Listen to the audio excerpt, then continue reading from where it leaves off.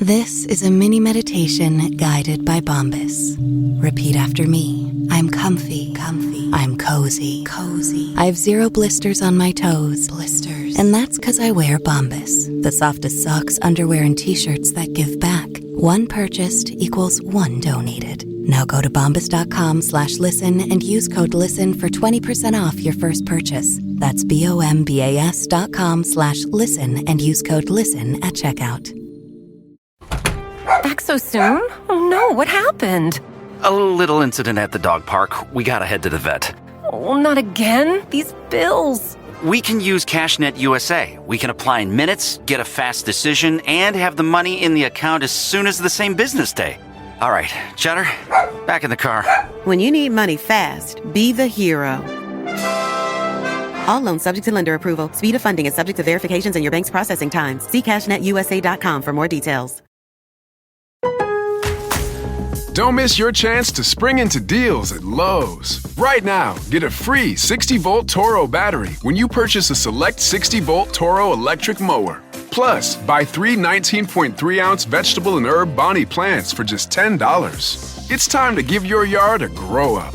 Lowe's. We help. You save. Valid through 4/23. Selection varies by location. While supplies last. Discount taken at time of purchase. Actual plant size and selection varies by location. Excludes Alaska and Hawaii. Initially, our plan was just to kind of focus on Ohio Comic-Cons this year and then start branching out to local conventions within like 2-3 hours. But with everything that's been going on in the world the last few months, this seems to be needed more than ever. But really, I just want to be out there to help as many people as I can talk about this and hopefully seek the help that they need.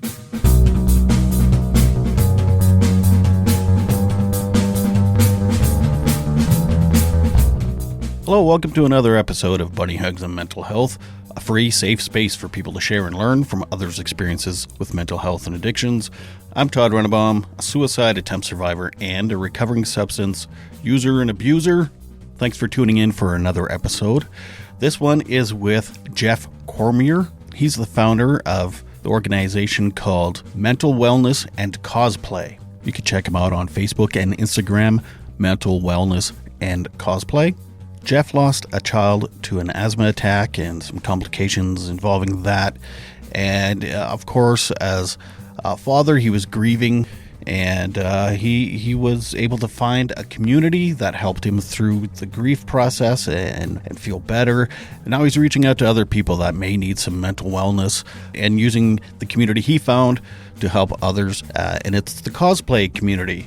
I don't know if you know what cosplay is, but that's people that dress up as their favorite characters, either like superheroes or cartoons or anime or whatever, Comic-Con kind of things. You've seen them before. You know what I'm talking about. And Jeff's here to talk about that and talk about his the organization he started and his journey with healing. So let's get right into it. Without further ado, I give you Jeff.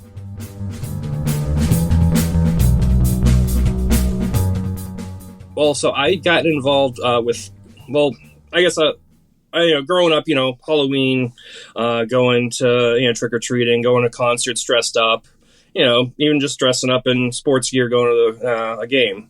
It's always been a little bit of cosplay in me. I've always liked, looking good, trying to have fun with it and all. Are you a face painter for football games and stuff? In high school I did, I'm sure. Oh, okay. But, no, so yeah, I always liked costuming and that. But then, you grow up, you get into, getting married, having a job, having kids. It's not really, fun dress up time anymore. And I was never in the cosplay world before everything. But in 2015, my son, Xander, he was 6 years old. He'd had asthma all his life, suddenly passed away. It was just one of those sudden tragic things. Like the nurse had even checked him that day at school because of the high pollen counts that day. He came home a little wheezy, put him on the nebulizer, and he passed out a couple days later in the hospital. It was the only choice was to take him off life support. So that's the sudden rip of the Band-Aid of how it started, but how I got involved, there was a group local to me, Superheroes to Kids in Ohio. They do a lot of like hospital visits, charity events, fundraisers, dressed up as heroes and princesses. the founder of it, he gave me a call, offered to, their support if there anything I could do, offered to come to the funeral, but I thought it'd be more impactful to go because his school was going to have a memorial event at their field day for him. So I was able to get a couple of them to come down for it, hang out with the kids. A couple are into martial arts, so they were doing like flips for the kids. And, here you have Robin, showing up on the playground doing flips, and, Superman walking around all big and bulky. And it was just like, this is so cool. I love how, what they're doing. So as soon as I could, I joined up as it was going to be my way to pay it forward and keep my son Xander's memory alive. Spent way too much on costumes, got really involved with that for a while. What characters were you at first? My first ones were Star-Lord and Captain America. Captain America was my son's favorite. That's why I got like the shield up here on the wall. I actually got a custom-made one with an X on it instead of the star in the center. So I was able to carry that at a parade in town that year. It's a big, like 100,000 people come to the town for this parade. It's a big one-day festival. And here I am getting a march dressed up as a superhero 6 months after losing my son, in the town we live in. So is that emotional for you, that parade day? Absolutely. And on one of my favorite pictures, one of my son's friend's mom took was one of my son's friends coming to check out the shield. He has got to put his hand on the shield, checking it out mid-parade. And it's probably one of my favorite pictures when it comes to cosplay. I'm not one, I don't care about doing the photo shoots personally. They look great. It just wasn't my interest why I got involved with the cosplay initially. So that's probably one of my favorite pictures. And actually I was able to be named one of Marvel's top 75 Captain America cosplayers for the 75th anniversary of Captain America a couple of years back. Nice. So they put a little, it was on, I think it was on socials, it was on their website, but, here I am on Marvel.com, a year into my cosplaying, getting named one of the top cosplayers. It was more the story than the quality, but, it was definitely, it was really nice to see that and have his name up on Marvel's website for a while there.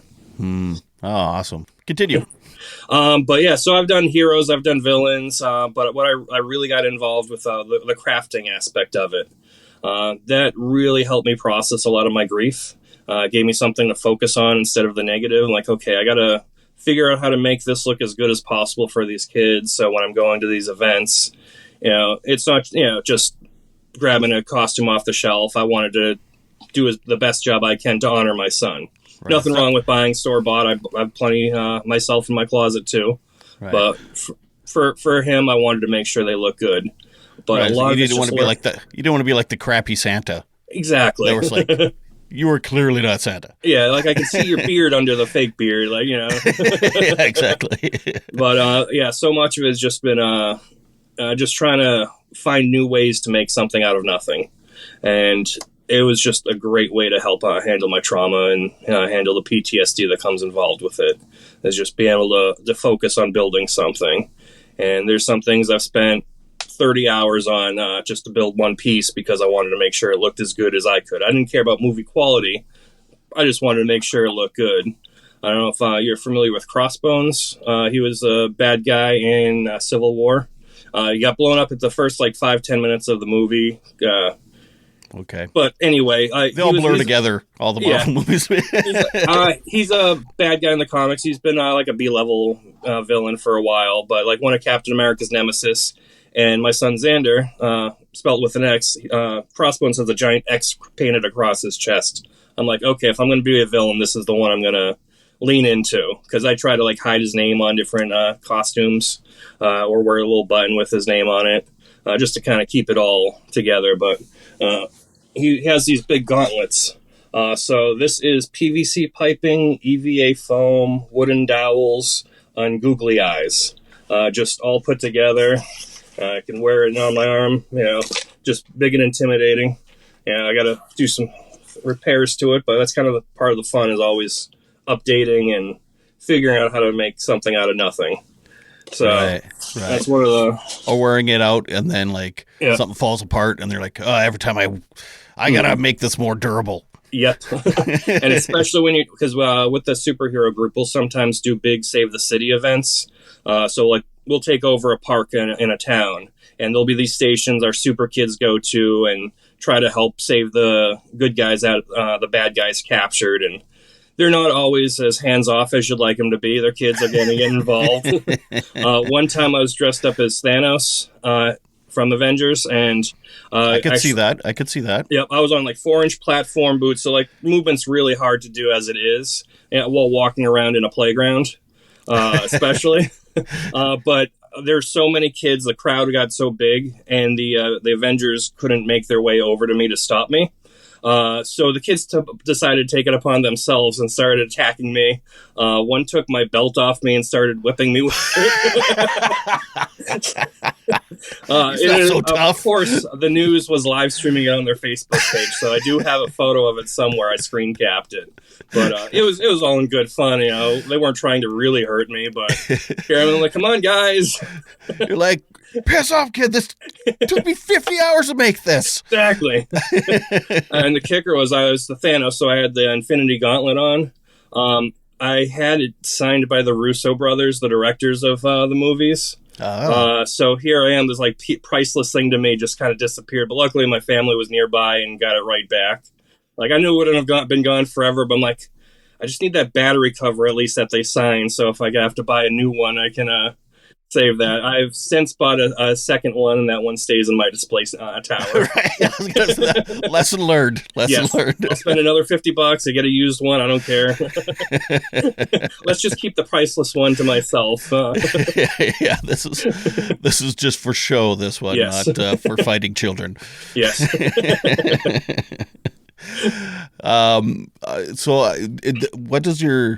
How did your wife deal with all this, or maybe not your wife, but your partner? Oh yeah, my wife. She dealt with it in her own ways, but she was always supportive of the cosplaying. So it's been a lot of, there have been some fights. I spent sometimes a little bit too much on equipment. That proton pack behind me was $400, and the wand was another $125. And of course, being me, I bought 2 of them, but I can make the money back if I eventually decide to sell it. So, right. One's for signing, one's for fighting kids. Exactly. But no, she's been supportive, and my daughter, she was 3 when everything happened. So a couple of years later, she started joining me, and we'd go to Comic-Cons together, go to some of the events together, and she dressed up as characters. So I'd be Star-Lord from Guardians of the Galaxy. She'd be Rocket Raccoon next to me. But we've done all sorts. I don't know if you're familiar with Adventure Time. We did Ice King and Marcy, or Simon and Marcy, I suppose, because this is right before becoming full-fledged Ice King from that one episode. So that was a fun one. But now she's 13, so she's kind of getting into her own fandoms, and I'm letting her do her thing. And I figure, you know what? Let me do my thing, and that's why I started this page that now is becoming a nonprofit. With the nonprofit, what do you do? So what I started, there's a lot of Instagram pages, a lot of Facebook pages that just kind of give motivational quotes or helpful advice, but like none was aiming at the cosplay community, which definitely helped save my life. So I'm like, I'll start making some. I'll throw some up online. And before I even launched the page, I almost made sure I had like a full year's worth of content at the ready, because just knowing me, knowing my mental health, I could slip into a dark spot for a couple of weeks. I wanted to make sure the content was there. So even if I wasn't active, I already had it pre-written. I knew what it was going to say.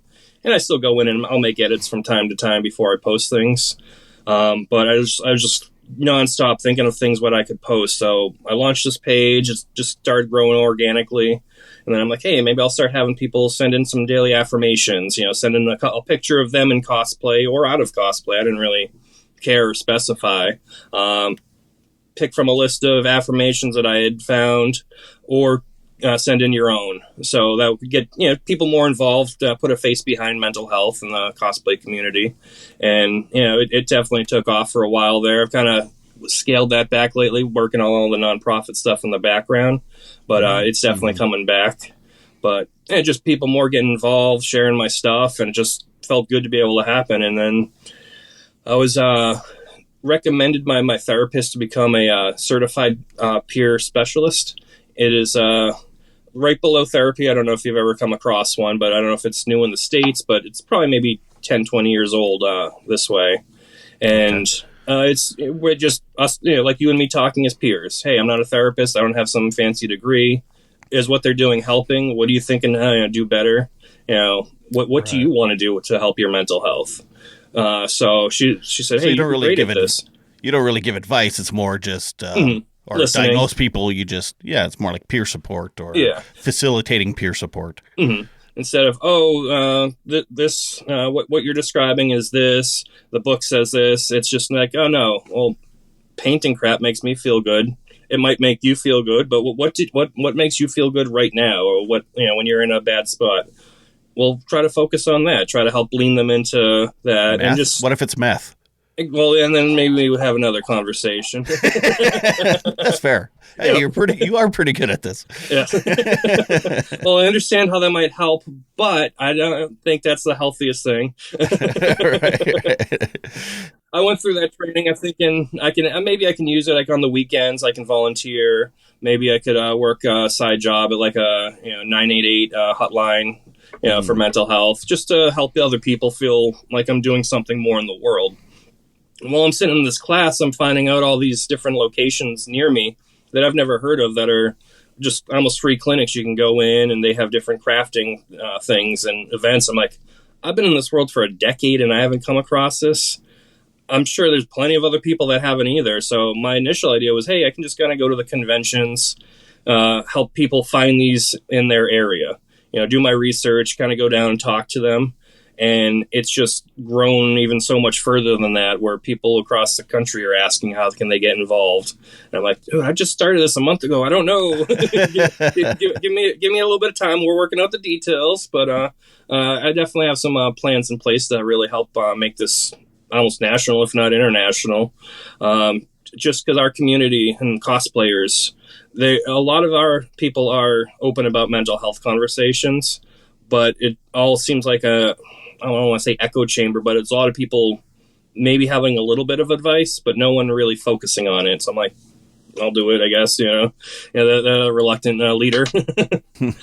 So just starting to talk to people and get involved with people's dramas and stopping fighting and like, hey, just look at it from their perspective. And it seemed to help sometimes.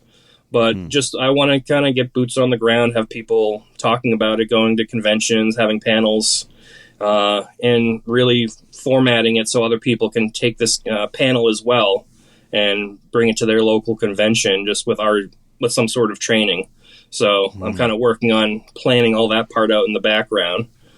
So not quite there yet with it, but I'm definitely have some things in mind of really how to get other people to help other people, and not as professionals, just as a peer support group. Is there specific conventions that are for cosplay, or is it always kind of a... They're almost always involved with cosplay, regardless of the name. Gotcha, okay. So I'll see like card trading expos, and people will go there to with cosplays, or because they'll use that to attract more people to go to their conventions too. Because I'm in Cleveland, Ohio, and there's one that's like a classic gaming convention. So they have a lot of the old school game systems, all that for sale. And then they've kind of incorporated cosplay, because a lot of cosplayers are cosplaying characters from video games from their childhood, or Right. Ghostbusters like me. So. Right. Okay, so then you'd have like a table or something like that, or, and it's all about mental health, and that audience you're kind of pinpointing to help with mental health issues and stuff. And yeah, so I've been coming up with brochures to hand out. There's one thing I have on my Instagram page. It's how to be a real super friend. And it's just how to help handle a situation if someone seems like they might be having a crisis. So it's just like a 6-step program of, I'll just read it so I don't get it wrong. Recognize, engage, assist, listen, signpost, and follow up. So just basic things, but it's just hopefully maybe something how you can help somebody else that might be facing a crisis.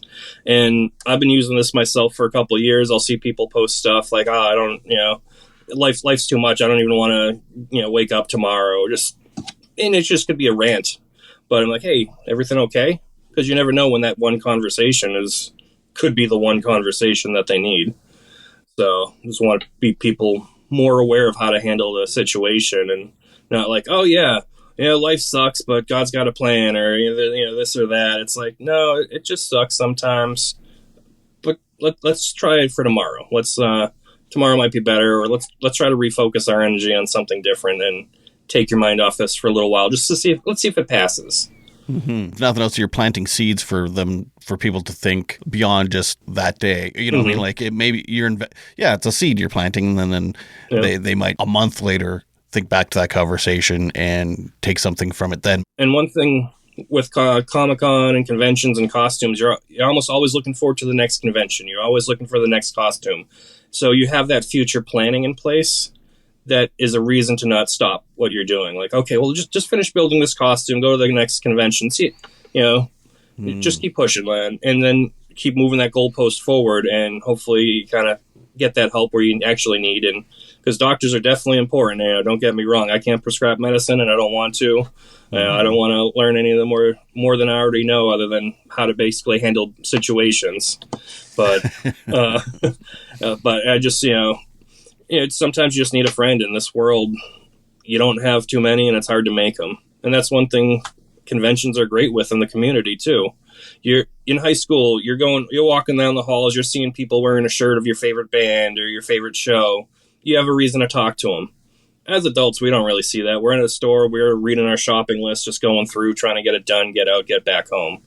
So it's hard to find that community, and that's one thing I've kind of loved with cosplay. It's easier to find your community and your different fandoms, and you can talk about stuff like, oh, have you ever watched this show? No, but tell me about it.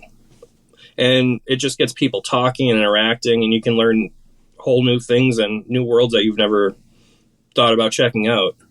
So it's just been a lot of good can come from this community, and I want to try to make sure we're leaning that way, because there's a lot of negativity in the community too. Oh? Yeah, there's people that will say, oh, your costume's not good enough, or say, oh, my costume's not good, telling about themselves. Because, oh, yours is amazing. I spent 40 hours on this, and you only spent 20, and yours looks 10 times better. Well, they've been doing it for 10 times longer, or they learned a way to do it that you didn't do. There's a lot of competition in it, and a lot of negativity. And, yeah, I want to help remind people that, okay, on the stage, if you're in a cosplay competition, that's fine. But don't take it too seriously. It's supposed to be fun. These aren't like, a lot of them aren't $10,000, awards. It's a couple $100. But right. people be, so upset, or just they didn't get the plaque saying that they had the best costume. And it's like, it's subjective. There's probably somebody walking the halls right now like, I'm not entering that. It's a waste of my time. Mm-hmm. It's supposed to be for fun, and I want to try to help remind people of that too. Mm-hmm. That why they got into it. I know a few people that kind of are in that community, and they are, well, most of them anyway, are on the spectrum. Mm-hmm. And so I know that special interest thing that people on the spectrum have. So I think possibly maybe some of that negativity is that, I don't know, it's like this is your passion, this is your special interest, and maybe the ones that are saying yours isn't very good. I know some people on the spectrum, they're just socially awkward sometimes. Mm-hmm. Do you find that with talking about mental health in this community, that there's a lot of people kind of on the autism spectrum or ADHD or both or whatever, and a lot of their mental health issues are kind of under that umbrella?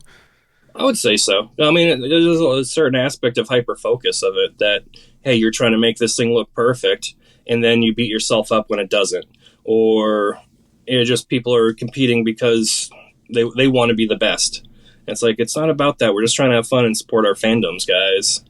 But I've definitely seen a lot of people that are open about their mental health or being on the spectrum, and how cosplay helps them too. So it's community for all of us, and you don't want a wave of negativity coming through and crashing somebody down because, oh, theirs isn't perfect compared, to this person. So let's just all, help each other rise up with this. We're all in it together. We're all fighting our own things outside of cosplay. Let's have a weekend where we're not, bickering and fighting. It's supposed to be escapism here.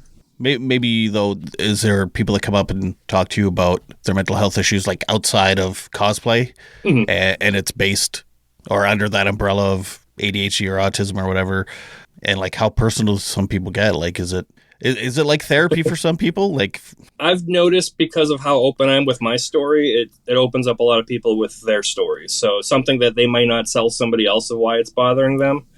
And so I've definitely heard some things from people, and I keep that a wall between people. If they say something to me in confidence, I'm not going to be one to go out and talk about it to somebody else. But yeah, I've had some people really open up about past traumas and stuff that's gone on in their lives, and I try to listen. That's sometimes all you can do, and that's what they need. Yeah, so, exactly. And that's what all of us really need. That's why therapy and mental health is getting such a focus on it, because we need it. You were saying too, like, we are both bearded men. Yep. And I mean, the majority of my guests are female. Majority of my listeners are female. Majority of people that buy my children's book that I have are female. Fuck, where was I going with this? God damn it. That's amazing. I had a wonderful lead up to the question and I forgot the question. So you go ahead and take a stab at what you think I was going to say. I think more people like us need to have the conversation, because white dudes aren't usually the one that want to talk about their mental health struggles. It's not manly or whatnot. I'm like, I was in the Army. I've had friends commit suicide while I was serving with them. Like, it's real. And a lot of, because I go through the VA for a lot of my health care, and they've been amazing for my mental health. But there's a lot of veterans I know that could use it and don't know that those resources are there, available to them. Even if they aren't disabled veterans, there's a lot of programs that can help them. And really, there's a lot of programs that can help anybody. It might not be the quickest. Might not get in tomorrow, but hey, maybe set up that appointment for next month. Maybe just trying to talk to somebody once or twice can make a world of difference for you. So figure might as well use my voice and white privilege, if you want to call it, to try to help open up some doors for others to become more emotional, more available to them, trying to get their help that they need. Halliday presents, in the red corner, the undisputed, undefeated Weed Whacker Guy. Champion of hurling grass and pollen everywhere. And in the blue corner, the challenger, extra strength Halliday. Eye drops that work all day to prevent the release of histamines that cause itchy allergy eyes. And the winner by knockout is Halliday. Halliday, bring it on.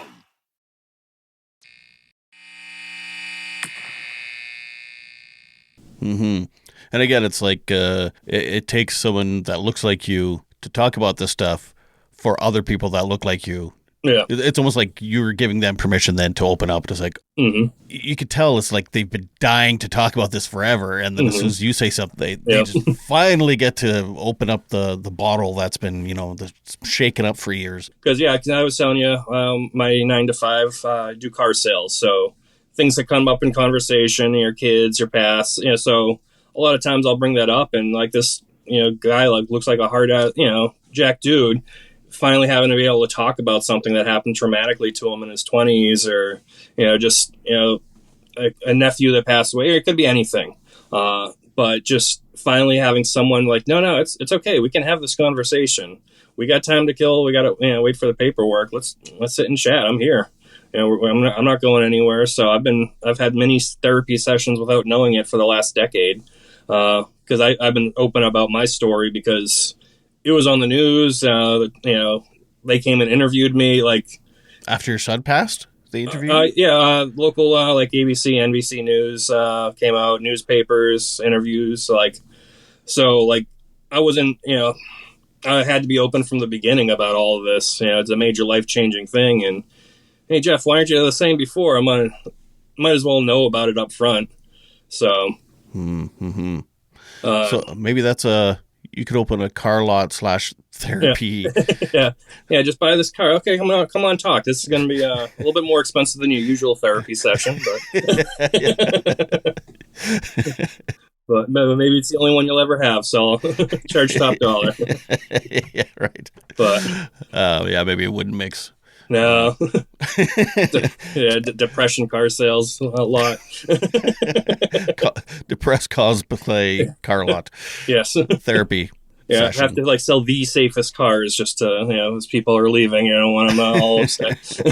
I think this is growing in your community because actually a few months ago I had a friend who we've never met. I say friend because Instagram and online stuff. But she asked me to come to a Comic-Con thing in her city and sit on a panel and talk about mental health. And I was like, well, I'm not in that community. I'm not passionate about that. So I kind of declined because I was like, I don't know. I would feel like an imposter being there. Kind of.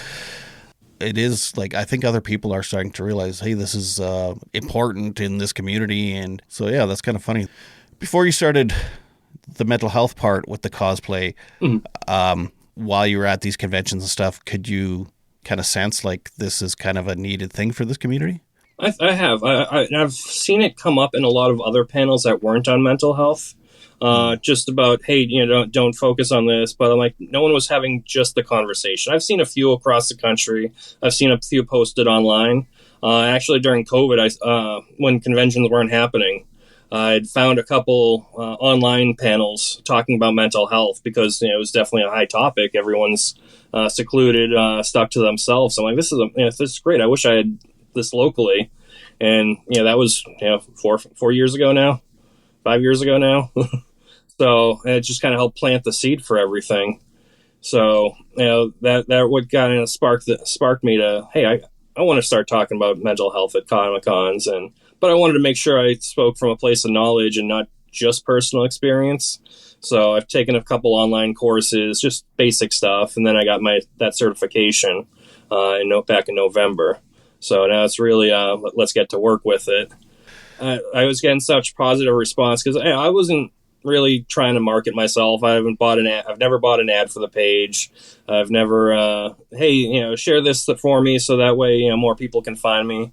It's just like, hey, here's some helpful stuff. If it resonates, if you relate to it, go ahead and share it. That's what it's here for, to help other people. And in like 4 months, I've been I think 1,300 followers just organically in the community. And my cosplay page that I've had for 10 years got like a couple hundred people that I've met locally. So right. I know what I'm doing is working. That's why I started seeing, this could be much bigger than I thought it could be.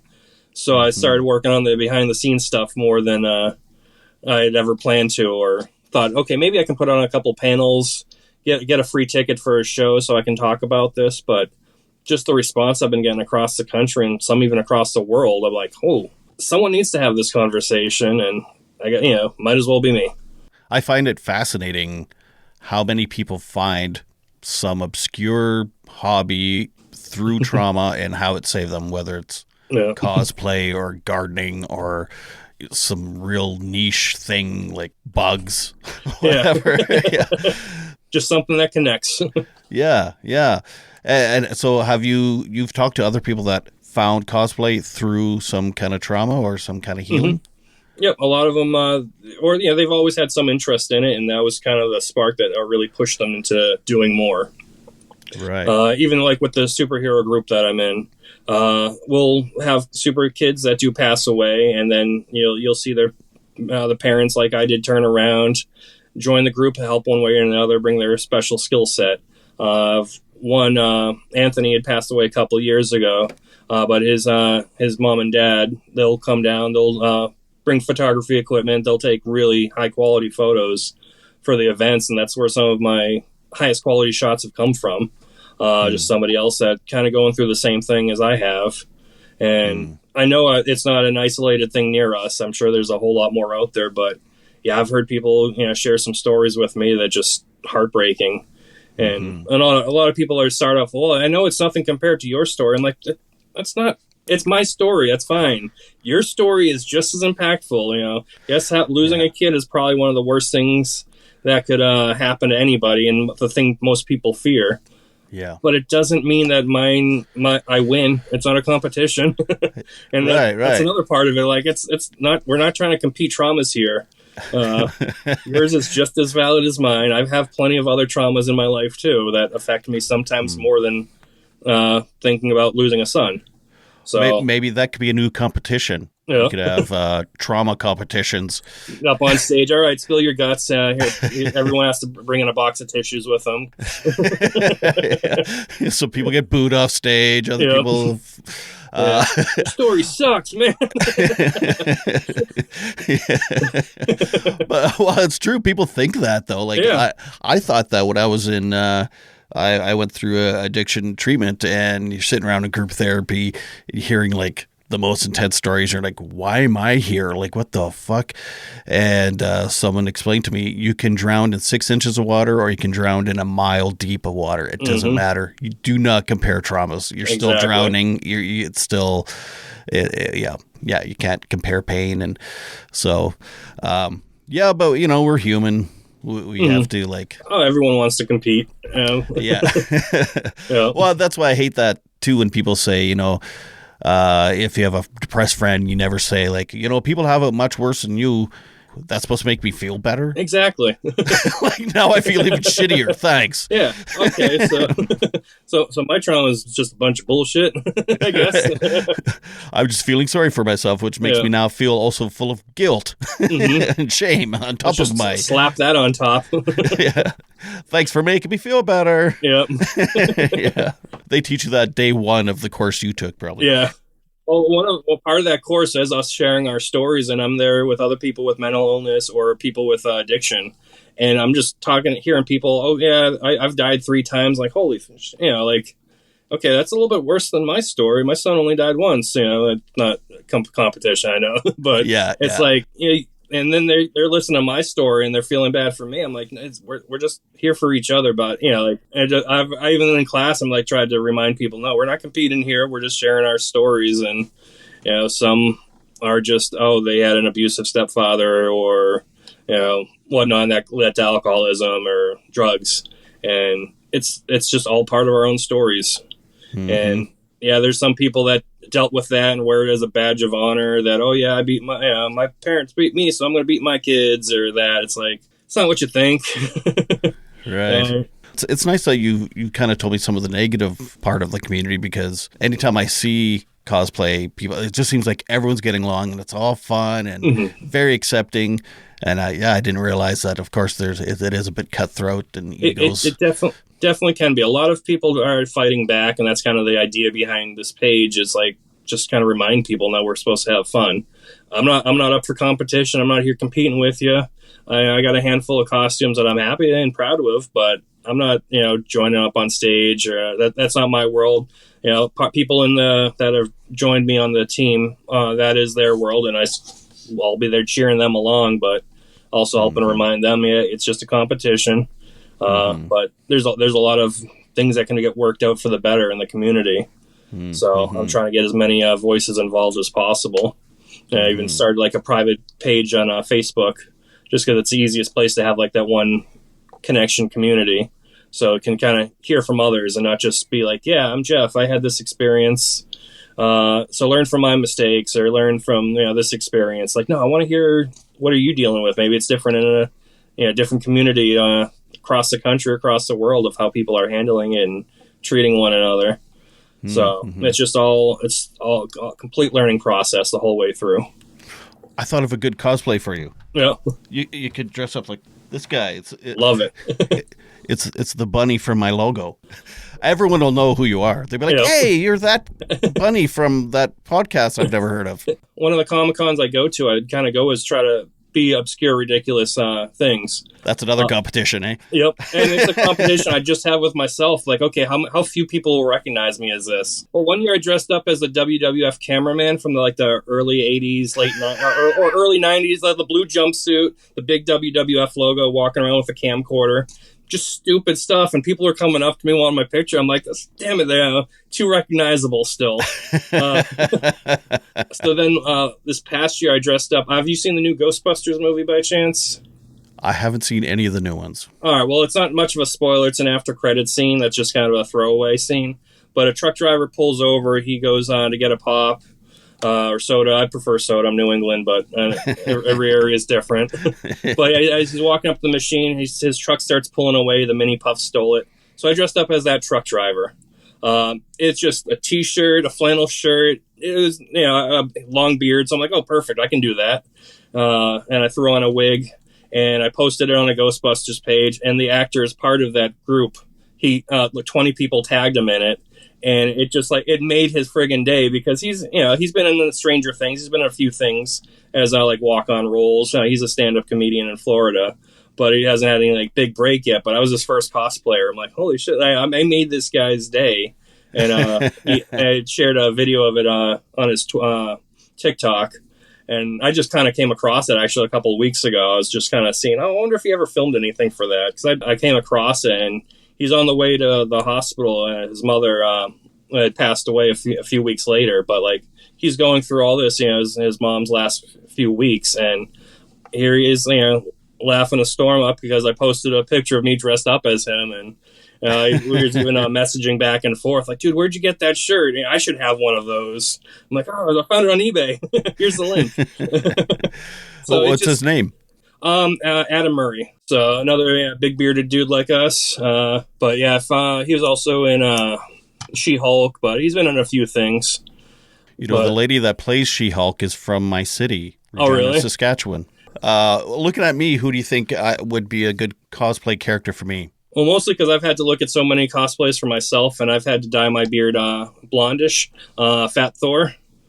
Or working to be Fit Thor is what I've started to move into. Because I'm looking at myself okay, what cosplays can I work on? I'm like, well, I don't want to shave. Exactly. I shaved it off once for I think Wreck-It Ralph, and I basically had to sleep on the couch until it grew back. My wife, daughter, nope, get that back on as soon as possible. You are not handsome man. Cover that up quick. Cover that mess up, sir. That's when I have to put the fake beard on that came with the wig to make up for... Fat Thor. I like it. But it can be fun with that one, too. Because I looked at it as, okay, he's dealing with depression in the movie. That's why he became Fat Thor. Or Bro Thor, as they preferred to call on all the marketing stuff. But we all know it as Fat Thor. Right. But and that one was a pretty easy one. I got, I think, a hoodie, pair of flannel or fleece pajama pants, walking around in Crocs, carrying around Stormbreaker. So it was. And people are like, "You're the dude." Yep. Oh, I've gotten that one a lot. I'm like, I'm carrying a giant axe. When did the dude carry around a giant axe? But so then I did one or two appearances as him getting fit in the Love and Thunder movie. So he's still kind of fat, but he was working on it. So it's the cut off shirt, the hat, and all that from that scene. So that kind of got me out of wanting to do cosplay for a bit. Because I'm like, I don't want to be fat Captain America. I don't want to be fat this or that for the kids. And they honestly, they've never cared. It's always been in my own head. Yeah, I've looked at a lot of fat bearded dude cosplay ideas, and that was a go-to for me. I got a couple other ideas I might work out, but they weren't big fandom. So I'm like, I'm not going to jump at doing God of War or anything like that. I'd avoid Black Panther. Yeah. Oh, definitely. Nah, that's not cool, bro. And it's a surprising line that has to be addressed a lot in the community, too. It's one thing to dress up in Black Panther, but there will be people that will do the blackface, and that's just a whole no-go from anybody. You don't change your skin tone unless it's a green, pink, purple, a alien color. Right. You can be, white this or that. You can be black Superman. It doesn't matter. You're showing fandom for the character. You're not, even if you did get the role in the movie, there's no difference of your skin color to the character. Don't try to change it. Don't go tanning to be, several shades darker. Were you this hardcore into these kind of movies anyway? I was definitely into Marvel. I definitely into Ghostbusters, but not to the level I ended up hyperfixating on it. Because I just would rewatch the movies in order. So I do a 20 movie marathon. It's gotten to the point with all the shows. I don't think I can ever do that again. Or if it does, it'll probably take a year to do. But I definitely liked it, and I just kind of stuck with my own fandoms. I didn't go just because I look like someone. I didn't get into a fandom necessarily. So I just wanted to kind of come up organically and actually want to be that character. So I've seen people dress up as somebody from a show because they kind of look like them, but not know anything about it. And like, dude, you probably don't want to do that cosplay. Like, they're evil as shit. Like, yeah. Hitler's not cosplay. Don't do that. I don't believe that. Historical stuff has come up where historical cosplays like that are not allowed. Like, they'll put that in the rule book because it has happened. It's like, Jesus. I'm doing this from Wolfenstein. I'm like, it doesn't matter. It's still the same. Do Hydra if you really want to be close to that, but when you're wearing swastikas and all this stuff, you're taking it way, way too far. You're just causing more hate. They're a bad guy in the movie for a reason, typically. Yeah, it's funny how common sense can not be there for some people. And I like to think people can learn from their mistakes, so I don't want to hate on somebody forever for doing something dumb, because we all have done dumb things. I've said dumb jokes when I was in my 20s because it was dark humor. And now looking back, like, shit, I was joking about, like, dead kids, because you were, I forget what it was, but I think it's like a book like World's like Most Awful Jokes or something like that. And I'm like, this is so dark, it's hilarious. This is my type of humor. Now you're real. Well, yeah, when I was a kid, dead baby jokes were a thing. Yeah, exactly. About like pitchforks. I'm like, yeah, that's exactly the one I was thinking of. Yep. Yeah. Like, this is the darkest thing I've ever read. It's so, but that cringe made you laugh. So we all leaned into it for a while till we realized, oh no, that it can be taken way out of context, and it's do better. Yeah, it's one thing if you have dark humor around people that you know and trust. It's another thing going in public wearing a swastika on your arm. Exactly. People don't see that line get crossed. You'll see a lot of people like a Deadpool at Comic-Cons that get way too far into character. It's like, okay, there's a line between being funny and now you're just annoying, or you don't have to be an asshole hopping in people's photo shoots or just because you think you're Deadpool. The character Deadpool is from my city, Regina, Saskatchewan. Oh, yeah? Oh, nice. Yeah, he says that in the first movie, I think. See? Wow. All the dots are connecting. Yeah, Deadpool, She-Hulk. Now you got me all excited. Maybe I should start cosplay. You definitely should give it a go. At the very least, show up to the convention one day, just kind of get a feel for it. Right, yeah. And that's another thing I want to encourage with the group, is to get people more involved with it as well. Don't be afraid like I was for years. Just jump in. You just check it out at first if you have to, or buy an okay costume if you wanted to walk around and dress up. But I could be my own bunny. Exactly. Why not? You should. Really obscure. Yeah. Well, you could go to a convention, interview some people on the fly, dressed up as the bunny. Nothing wrong with that. That's true. Hey, my biggest worry is I'm like all or nothing. So then I'd be like you. And next thing you know, I'm signing divorce papers because I'm spending a bunch of money on a Darth Vader mask or something. I'll be like, oh God, what have I done? I like this too much. Exactly. It was my addiction for a while too. So not to make light of addiction, but it can be very addicting and very costly with all the cosplay stuff. Mm-hmm. Yeah, it's the creativity, it's the challenge, all of it. I get it, and I kind of want to almost avoid it. Yeah, maybe it's best then for that sake. I like the idea of making a full bunny costume. Mm-hmm. It really should. I think it'd be good. You know what? I will try to get to a local convention so that way you can come dressed up and you can hang out at my booth and dress up as the bunny and do some interviews. That'd be amazing. Yeah. Sorry, you're in Cleveland? Yeah, right outside of Cleveland. The big convention around here, it's in Saskatoon, Saskatchewan, so it'd be a bit of a jaunt for you. Yeah. But, I'm not scared. I want to get out there. I want to, especially if this thing grows, I want to try to have, be there as much as I can, which might be every weekend traveling somewhere else possibly. But at least, until I get to know people, I want to make sure they're doing the mission right. They're there for good reasons. They're good people, and just to see how things are running at different areas. I'm not limiting myself of how big this could be, but I'm also not trying to get too far ahead of myself and overcommitting. In your mind, where would you like to see your mission here in like a year's time? In a year, initially our plan was just to kind of focus on Ohio Comic-Cons this year and then start branching out to local states, local conventions within like 2-3 hours. But with everything that's been going on in the world the last few months, this seems to be needed more than ever. So now, yeah, I founded this group, but as a nonprofit, I have to report to a board of directors to make sure we're staying on the right track.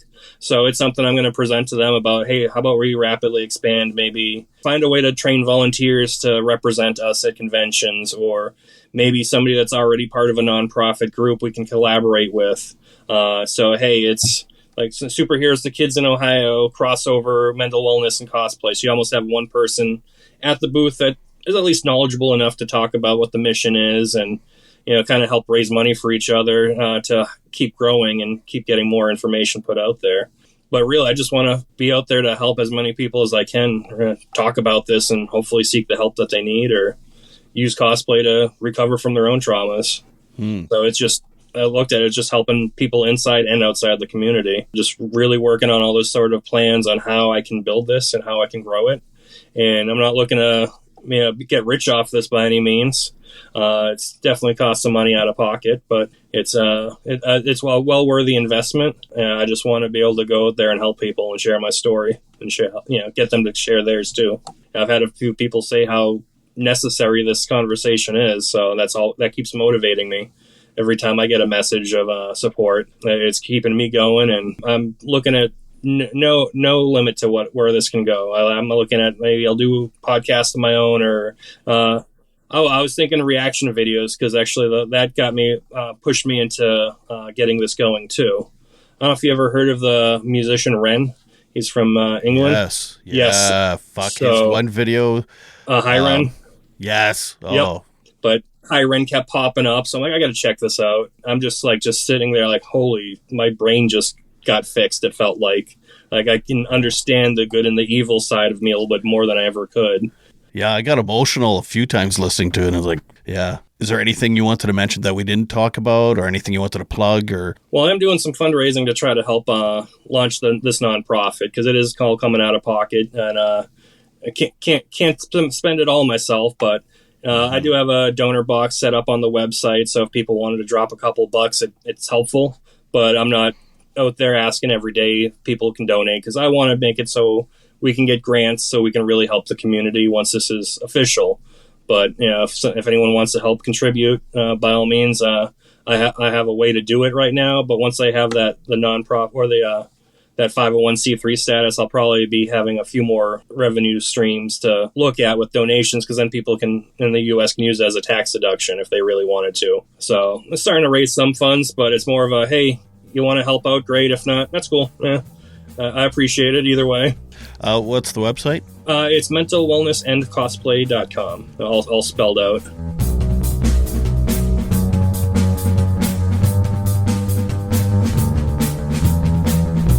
Thank you so much, Jeff. Thanks for, doing the work you do and trying to help other people. I wish and hope for you all the success in the future with this. Anyone willing to help anybody in any kind of community is awesome, so thank you so much.